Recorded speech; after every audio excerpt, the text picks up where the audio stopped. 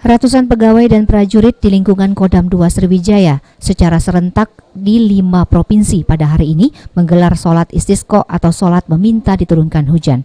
Dalam sholat meminta turun hujan, terutama di kawasan yang dilanda kebakaran lahan ini, doa dipimpin langsung sebagai imam dan khotib Ketua MUI Palembang Haji Saim Marhadan.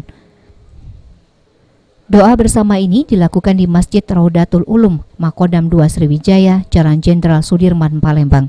Para prajurit dan pegawai di jajaran Kodam 2 Sriwijaya ini nampak khusyuk berdoa, memohon kepada Allah Subhanahu wa Ta'ala sembari berharap turun hujan, terutama di lokasi yang saat ini terjadi kebakaran lahan.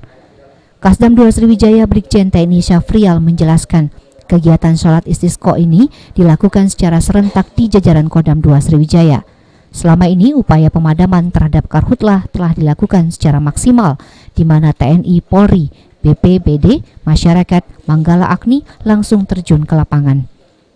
Walau demikian, karhutlah masih saja terjadi.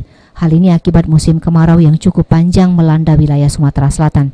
Untuk itulah melalui doa bersama dan sholat istisqa ini diharapkan turun hujan dalam waktu dekat agar karhutlah dapat teratasi. Jadi upaya yang sudah kita lakukan dalam melaksanakan atau penanganan karhutlah ini, kita berupaya secara maksimal. TNI, Polri, BPBD, masyarakat, Manggala Agni secara fisik langsung terjun di lapangan menangani. Namun upaya itu sampai saat ini masih terjadi kebakaran lahan dan kebun di wilayah kita. Sehingga salah satu upaya di luar kegiatan fisik ini tentunya kita meminta kepada Tuhan kita, Allah Subhanahu wa Ta'ala, agar beliau menurunkan mukjizatnya atau menurunkan hujan.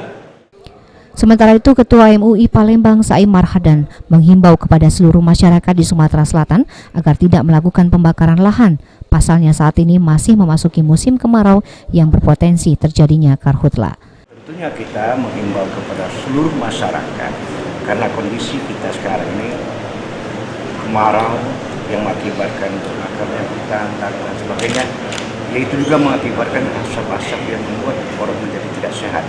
Oleh karena itu kita menghimbau silakan kepada masyarakat untuk melakukan sholat istisqa, minta kepada Allah Subhanahu wa Ta'ala sehingga Allah menurunkan hujan, dan Allah akan selalu menurunkan karunia dan nikmat untuk kita semua dengan memperbanyak istighfar, mohon ampunan kepada Allah Subhanahu wa Ta'ala.